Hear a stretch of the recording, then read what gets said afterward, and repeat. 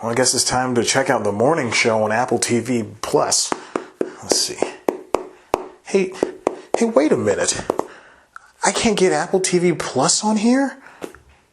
What in the... Oh my gosh. Okay. Think, Chad, think. Where else would the app be on any other app store? God damn it. Do it again, Chad.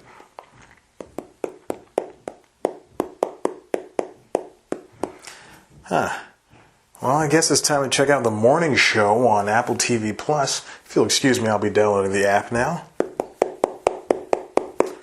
What? This iPad's too old to use Apple TV Plus? What kind of crap is this? Well, maybe I'll check it out on this Android tablet. It's not on Android? Oh my god. Okay, well, Apple likes game consoles, so maybe they are on the Switch? No? Oh, crap. Xbox? God. PlayStation? No. Oh, God. Game Boy? No. I don't know how I'm going to check out this morning show and that show with Jason Momoa about being blind and Emily Dickinson and Snoopy. Apple, you screwed me over. Why would you do this to me? I don't know. It's news time. Delivering to you the news you didn't know about, the news you didn't care about, and the news you didn't know you cared about. With host, Chad White. Now, here's that host, Chad White.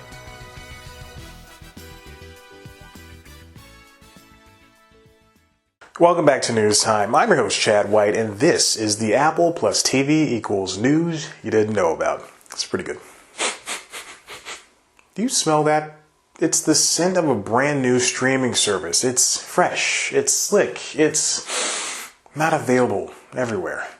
That's Apple's motivation for you. Last Friday saw the release of Apple TV Plus, Apple's foray into a streaming service. Let's get one thing right off the bat. Apple TV Plus, while a streaming service, is not meant to compete with Netflix. It's barely at wits with Disney Plus. Imagine it as a YouTube-only famous people get to use, but it's really a front for streaming shows and movies. Okay, so Apple TV Plus is a lot more akin to Netflix and the others as I'd consider it to be, but in some capacity, the service isn't competing with them. It feels and operates like a complement to them. Apple has been trying to get into the TV making game for a while now, with the impressive sales of the Apple TV streaming boxes and rumors of a full-fledged Apple TV. The hardware side could be seen as locked up. But Apple CEO Tim Apple Cook had bigger ambitions. 2016 saw a secret purchase of a show from Dr. Dre and Jimmy Iovine, then the Planet of the Apps show and Carpool Karaoke. In 2017, the tech giant purchased its first big series, The Morning Show, in a bid that tipped their hand.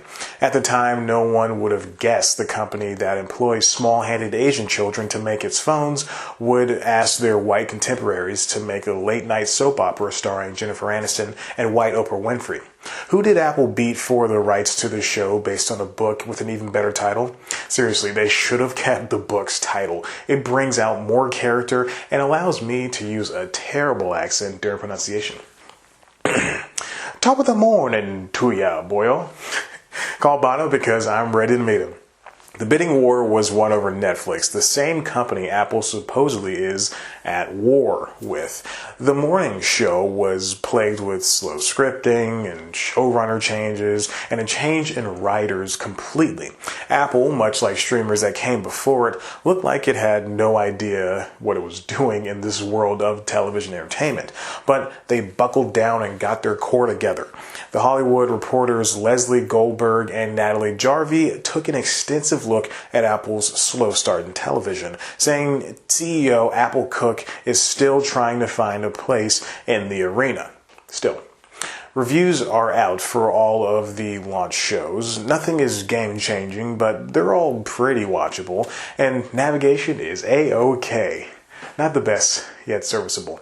The new Apple TV interface collects all of your services into one area, much like Amazon's Fire TV interface, suggesting you buy or rent from the main company before pointing you anywhere else. If you're already in the ecosystem, then it is perfect. You have your library full of shows and movies at your fingertips. If you're not at all ingratiated, you're going to have to do a lot of app jumping. Take yours truly. The only Apple devices I've owned are a now broken second-gen iPod Touch and a miraculously still operational iPad 4, sadly the only iPad generation to not get the latest iPad OS update, which means I can't watch Apple TV. There's a Chromecast here, an Xbox, a PlayStation, a Switch, a Pixel 2 XL, yet none of these devices were graced with an Apple TV app. But Chrome and Firefox web browser users are able to log on, so people who watch shows that way, there you go. Android eventually got Apple Music, but we didn't get iMessage, so here's hoping. One question may be posed through all of this. Will Apple users necessarily like Apple TV Plus? Hardcore and softcore users like that both balk at the asking price of $250 earpods and laptops with 2 USB-C ports, but end up buying those things anyway because they just work. Google, get your crap together. Are bound to subscribe and keep subscribing. Right? It definitely helps Apple's case if they just outright give the service away to many of its users for a year. Bought a new Apple device in the past few months? Free TV. Are you a student and subscribed to the student plan of Apple Music? TV, baby. Are you just plain lucky? TV. Apple is taking its foray into creating television seriously. Billboards can be seen throughout California's smoke-filled orange skies. That smell from earlier was actually soot.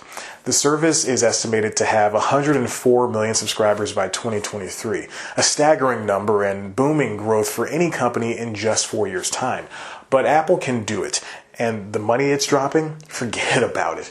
$1 billion in cash can be allocated between the small number of projects they have in production shows they're gunning for something. Of course, there's Hollywood etiquette. Amazing Story showrunners Brian Fuller and Hart Hansen left the Steven Spielberg-produced series due to creative differences with Apple, as the former wanted an edgy take while the latter wanted something a little bit more subdued. And that Dr. Dre and Jimmy Iovine show they bought back way in 2016, taken off live support because of an orgy scene. But the third episode of the Top of the Morning show is about cocaine, so that's family friendly, I guess, too. TV Plus is coming in with nothing behind it. New shows and movies, yeah, sure, but there's not any acquired product. Disney Plus is launching in 2 weeks' time with a library of things new and old and very white. Everyone's fighting over the rights for Friends and other TV staples, but Apple's service is predicated on users wanting to see new projects with episodes releasing on a weekly basis. By the summer of 2020, there will be almost 9 major streaming services. 9! That's not including subscriptions like ESPN Plus, BET Plus, Shudder, YouTube Premium, DC Universe, or other super niche services with sub $10 prices and subscribers. On a related note, the LA Times did the math and added up all the streaming services in addition to basic cable and internet and found that it would cost $448 for everything. I love TV and everything, but holy cow, that's ridiculous. Truly, if I had an iPhone, that would mean I would have a little bit more money than I do now based on the study I've been running for the past decade. It's science. Please don't ask for notes. Then I would have a little bit more to spend on entertainment, ultimately letting this $5 subscription lapse, giving me access to shows I would never otherwise have watched on other services I currently subscribe to. If that's the case, maybe Apple should just become a producer. Maybe I should be more careful with my money. You know what? I gotta hurry this up. I'm going on this urban safari where I'll get to hunt poor college undergrads looking to pay off their student loans while I shoot them with Nerf guns filled with real bullets. Listen, analogy aside, why don't you subscribe? Check out one of these other videos. Of course, you can always head to the website cpluscomedy.com, where there are so many great interviews with your favorite comedians that you will want to talk to me about that. Follow us on Twitter and Instagram at cpluscomedy. Follow me on Twitter and Instagram at ChadBlackWhite. Like us on Facebook. Listen to the Constitutionals podcast wherever you get your podcasts. And, you hear that? The kids are coming. I gotta go.